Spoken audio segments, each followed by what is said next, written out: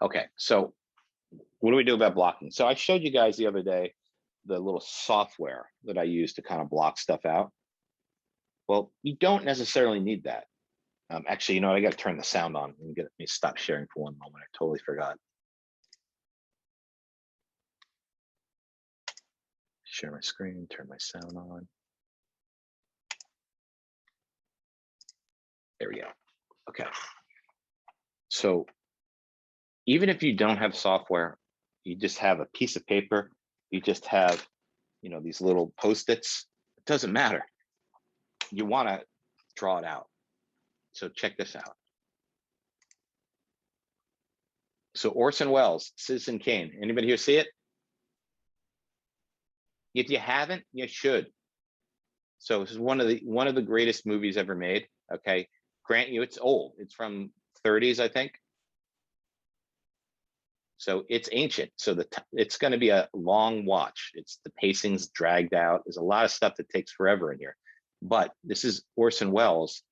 You know what he was known for. This is his most famous movie he ever made, and the blocking is unbelievable in this. What he does with cameras in here is still to this day. That's why this movie is still up there. It's still marked as one of the greatest films ever made.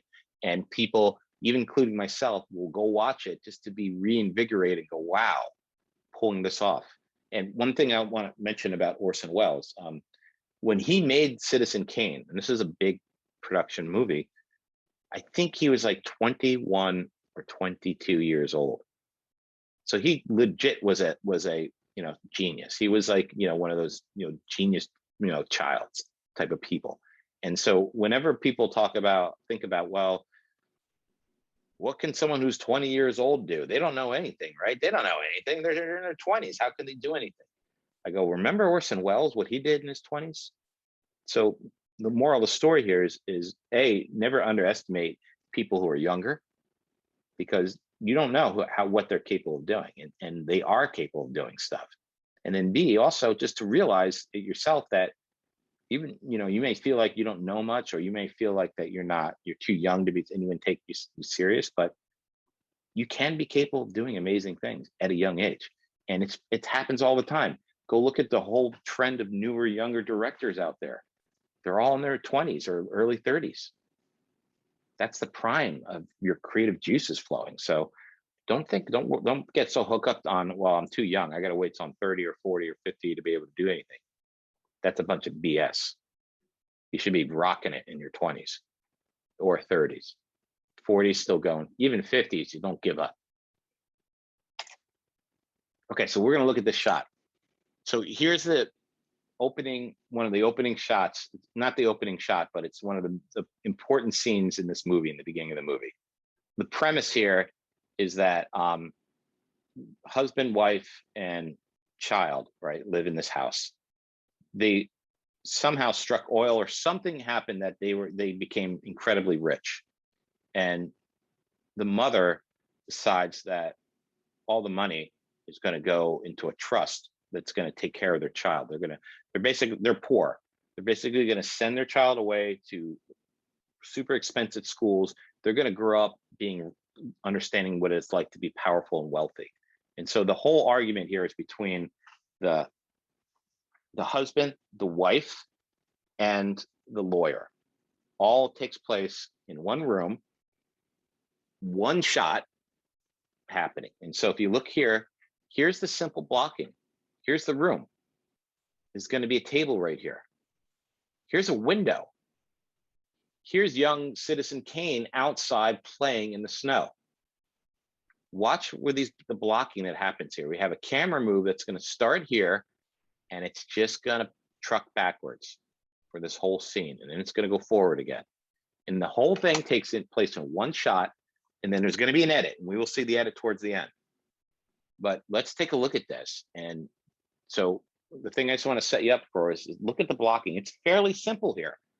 It looks pretty simple, but when you watch the cut, the edit, I mean, the scene here, it's pretty powerful what they're doing with the moves. So let's take a look. Remember, here's the blocking shot. Blocking diagram. Come on, boys! We're Union Be careful, Charles. Kane. Pull your muffler around your neck, Charles. Kane, I think we shall have to tell him now. Yes. I'll sign those papers now, Mr. Thatcher. You people seem to forget that I'm the boy's father. It's going to be done exactly the way I've told Mr. Thatcher. There ain't nothing wrong with Colorado. I don't see why we can't raise our own son just because we come into some money. If I want, I can go to court. A father has a right to. A boarder that beats his bill and leaves worthless stock behind. That property is just as much my property as anybody's, now that it's valuable. And if Fred Graves had any idea all this was going to happen, he'd have made out those certificates in both our names. However, they were made out in Mrs. Kane's name. He owed the money for the board to the both of us. The bank's decision on all matters I concerning... don't hold with signing my boy away to any banker's guardian. I want you to just stop because... all this nonsense, The bank's Jim. decision on all matters concerning his education, his places of residence, and similar subjects is to be The final. idea of a bank being the guardian. I want you to stop all this nonsense, Jim. We will assume full management of the Colorado load, of which I repeat, Mrs. Kane, you are the sole owner. Where do I sign, Mr. Thatcher? Right here, Mrs. Kane. Mary, I'm asking you for the last time.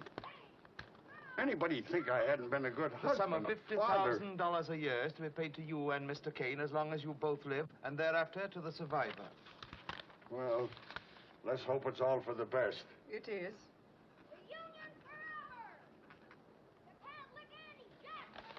Why I can't raise my own boy is more than I can understand. Go on, Mr. Thatcher. Everything else, the principal as well as all monies earned, is to be administered by the bank in trust for your son, Charles Foster Kane, until he reaches his 25th birthday, at which time he is to come into complete possession. Charles! Go on, Mr. Thatcher. Well, it's almost 5, Mrs. Kane. Don't you think I'd better meet the boy? I've got his trunk all packed. I've had it packed for a week now. Okay. What do you guys think of that? That was pretty cool. Okay, so let's break this down and see what they did with blocking. And let's think about exactly where these characters move along with the dialogue and what the camera and the blocking is doing as far as the dynamics between this argument, this whole scene that's happening here. So the first thing I want to say is, where does it start? It starts outside, and I thought when it started, I thought the camera was going to be outside, but it's actually panning from, or zooming in from inside the house. Not zooming, camera's trucking. No zooms happening here. Big difference, and you don't want to confuse your dialogue. You don't want to say a zoom when the camera is actually doing a trucking shot. So why are we starting outside? What's the point of this? Anybody take a guess? Because they're talking about him. Right. So we start off in this world. Does he know what's about to happen in his life? No, that's the thing, is he's out playing in the snow just like a kid, and then they're inside making adult decisions about him without his knowledge. Exactly, right? And so how better of a way to reveal this to the audience, instead of having a whole scene written out to say, oh, well, I don't know what's going on, or he doesn't know. They just show him being a kid outdoors playing, and this whole thing happens outside of his hearing, outside of his control. So we realize that from this first shot that that Kane is totally helpless. He's just innocent, has no idea that there's these bigger forces that are about to shift his life into a complete different direction that he has no idea about. And so the best way to do it, and this is what's genius about blocking, is that we're doing it with the camera. So check this out. As I move the camera back, the dialogue starts. He's just playing, and look, we see his mom actually come into frame right before we realize that we're inside looking through a window. Did everybody see that? One more time. Watch, I'll play it in real time. Watch. She pops into the camera frame before we even have a chance, just a split second before we realize that we're not outdoors. Come on, boys! Reunion first! Be careful, Charles. Kane. Pull your muffler around your neck, Charles. Kane, I think we shall have to tell him now. Okay, so see how they blocked the dialogue already? So she tells them to put his, just to transition into the scene. She reaches out there and says, make sure you put your muffler on or whatever. he's saying, Mrs. Kane, Mrs. Kane. As the camera reveals, we don't hear him until he comes in the frame, right? So now we're setting this up. So these two are having a conversation, right? Remember we talked about that first shot where the two guys, the police were on the phone, and we had the helpless father whose son was kidnapped, and the CEO sitting there in the middle of the frame. Well, look what's happening here. They're talking about Kane. Kane's in the middle between them, right? Now watch what happens. Yes. I'll sign those papers now, Mr. Thatcher. So she says, I'll sign those papers now, starts walking away. The camera was leading, was moving away from this shot. And now she is turned to come follow the camera. As she walks past, who do we see now? Her husband. You people seem to forget that I'm the boy's father. It's going to be done exactly the way I've told Mr. Who's in charge here? Who's got the power? Mrs. Kane. Right. And even if you had the volume turned off and didn't hear the dialogue, would you still know that she's in charge? Yep. Where's our eye going? Right to her, right? To the center. Yep. Now watch the order of what's happening here. Now look, here we are. Remember they start, cameras right here. See it? It's just pulling the camera. It's just really doing one move back this way. And yeah, it is heading up or craning up and craning down to adjust, but that's about it. You know, this is such a great scene because there's no other shots. There's no insert shots. There's no close-ups. There's no nothing except that very end reversal shot. Yet the emotion, we get everything we need from this scene from one camera take. So watch what's happening now. She's walking forward. There's nothing wrong with Colorado. I don't see why we can't raise our... So she leads the two men, right? So we know for sure she's in charge. She comes to sit down. Now, lawyer's second in charge, right? He's second in row. Where's the husband? Father is way in the back, right? So Orson Welles blocked them specifically to show the importance of who's important, and basically to show how these two, watch what happens, how they disregard him. He has no say. Just because we come into some money. If I want, I can go. Now look at this. What do you notice about this scene? This part of the angle right now that's interesting. Anybody?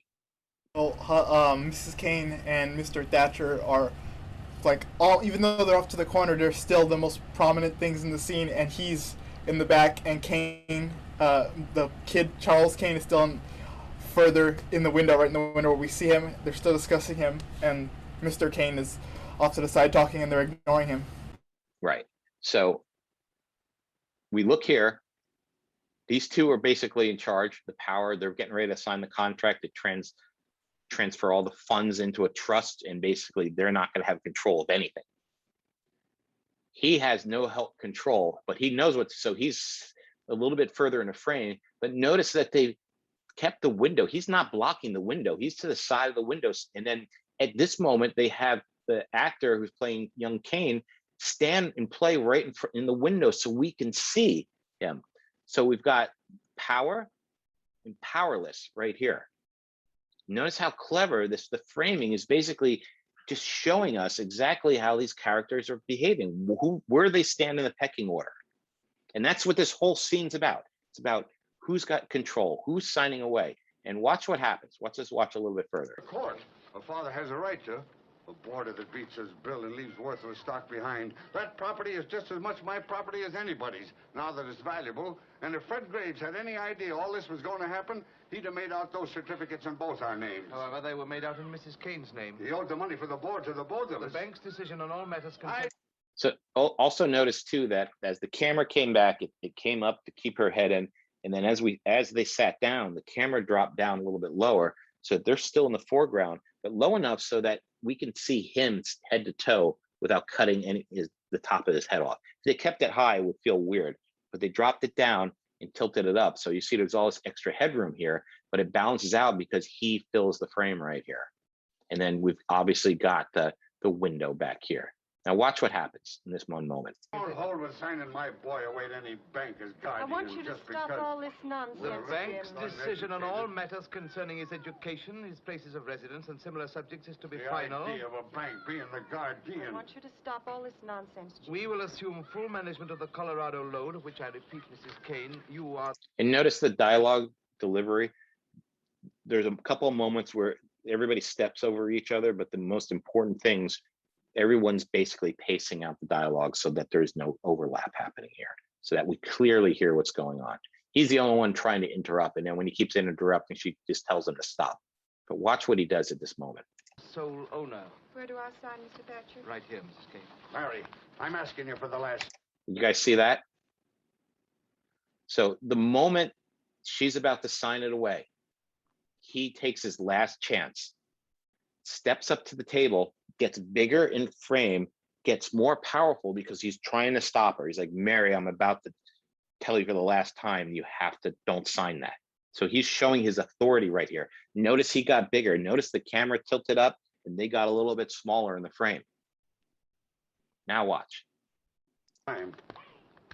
Anybody think I hadn't been a good The sum of husband, a father? $50,000 a year is to be paid to you and Mr. Kane as long as you both live, and thereafter to the survivor. So as soon as he says that they're going to get paid $50,000 a year, and remember, this is, back in the 30s, so that's rich. That's a huge amount of chunk of change for the rest of your life every year. Watch what he does. Let's hope it's all for the. So as soon as he says that you're getting that Yes, chunk to of pay money, to you and Mr. Kane as long as you both live, and thereafter to the survivor. Well, let's hope it's all for the best. It is. so do you see how as soon as he realized he was getting the money, that's all he really cared about. He did not care about Kane. He just cared about the money. And when he realized he was going to get the money, he deflated a little bit. And then look what they did with the camera. Now they just tilted back down to them because now he's just totally out of the picture. He's just, not only is he not have any control, but now he's submitted to it. He realizes that I'm in with it because, hey, I'm getting my money and I'm set for the rest of my life. And that's all he really cared about. And notice we didn't have to really do any more elaborate stuff. It's just his reaction to getting the money. And then look what the camera does to kind of just dismiss him now. And now here's the moment. Now it's just her, the lawyer, Kane, and the sign, right? You can see he's back in the frame, standing right here. The signature is about to happen. It's going to send him off into a new tangent in his life.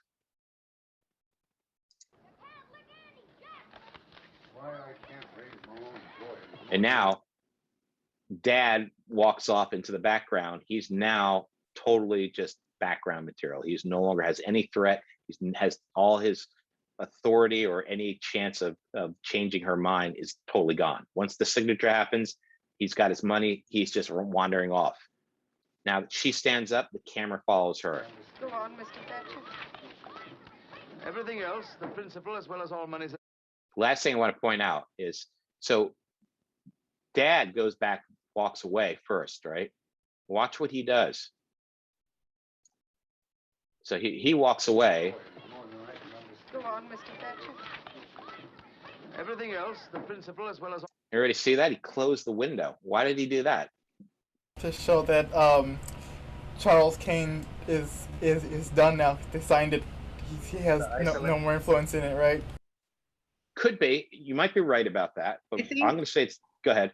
I think it's so that he didn't have to hear his son playing anymore because it was making him feel guilty. Could be that too, but it may be something even simpler because she's going to go over and open the window. And by having the window open, it creates this really cool moment of power transition. And so I think it's a combination of all these things where he's disconnecting with his son. He doesn't want to hear it anymore, but also he's setting her up for the next shot, the end of this shot, where we get this cool moment where the window goes open. So, and we needed the window open for the whole scene to hear Charles kind of talking and screaming in the background to remind us that there's a child here, that this is all about the child. Now watch what happens. Money's earned is to be administered by the bank. Now we're following. Look at Dad. Dad just moved away from the window over to here to clear the window up for her. If he was still there, it would be this conflict of authority, right? It'd be blocking each other. So he closes the window. As she walks and as the camera trucks, he turns around, comes back away from the window. Notice that our lawyer steps back even further and leaves her just in the foreground. And watch how this sets up for the next shot. He reaches his 25th birthday, at which time he is to come into complete. Did you see how they landed that edit right on the door opening? I mean, the window opening, and it hits that little and it cuts the next shot. That's overlapping action. Her movement was an overlap, and they ended the cut right on the window opening up completely. So look what's happening here now. He's downstream. He's done. He's over. His mission is complete. So now he's in the background, out of the picture. Dad is still weak in the background, but he's on the other side of her. Notice how they frame this up. He's a little bit closer now because now it's just about them. He's accepted what the path of his child's going to be. He accepted the money, and that's what's important to him. Now she's still in control, right? She's in the foreground, filling everything up. To come into complete possession. Charles! Go on, Mr. Thatcher. Well, so Now he comes up, right? So go on, Mr. Thatcher. Now he walks up and finishes what he's talking about. All about blocking. None of this is improvised. This is all figured out strategically. Don't you think I'd better meet the boy? I've got his trunk all packed. So again, now they're equal again. Why the equal? Because Mr. Thatcher is going to take the boy away. So now he's equal with the dad. We may, if we even want to get a little psychological in here, could he be now the surrogate father who's replacing him? Interesting, right? I've had it packed for a week now. And we're out. What do you guys think of that? It's just crazy. It's That was pretty amazing. good. Yeah. So this is from 1930s, okay? Yeah, I think it's 30s. So just imagine every movie you watch, if you actually break it down and start watching it and seeing what the blocking is doing, I guarantee you will see a lot of cool stuff like this. And this one to me is pretty amazing because one simple camera movement was it. Yet all this information came across. How long do you think it took him to shoot this? How many takes, I wonder? A lot. What else can you get out of this? Do you think this was shot on location, or do you think this was soundstage? What's a soundstage? Yeah. Are you all asking what a soundstage is? No, I think we were both saying that we think it is a soundstage. It is. So soundstage is a big, huge place. You know those big buildings, if you go to Warner Brothers or you go to Universal, where they shoot movies and they build sets and everything. It was on a soundstage because if you think about it, they had this whole outdoor scene here. They had the camera, the window open, and this whole huge dolly or crane, it was probably a crane because we saw the floor and there was no track there, which means it was a crane. It wasn't handheld. There were no such thing as gimbals or Steadicam back then. Cameras weighed hundreds of pounds on a big crane. So they built this room.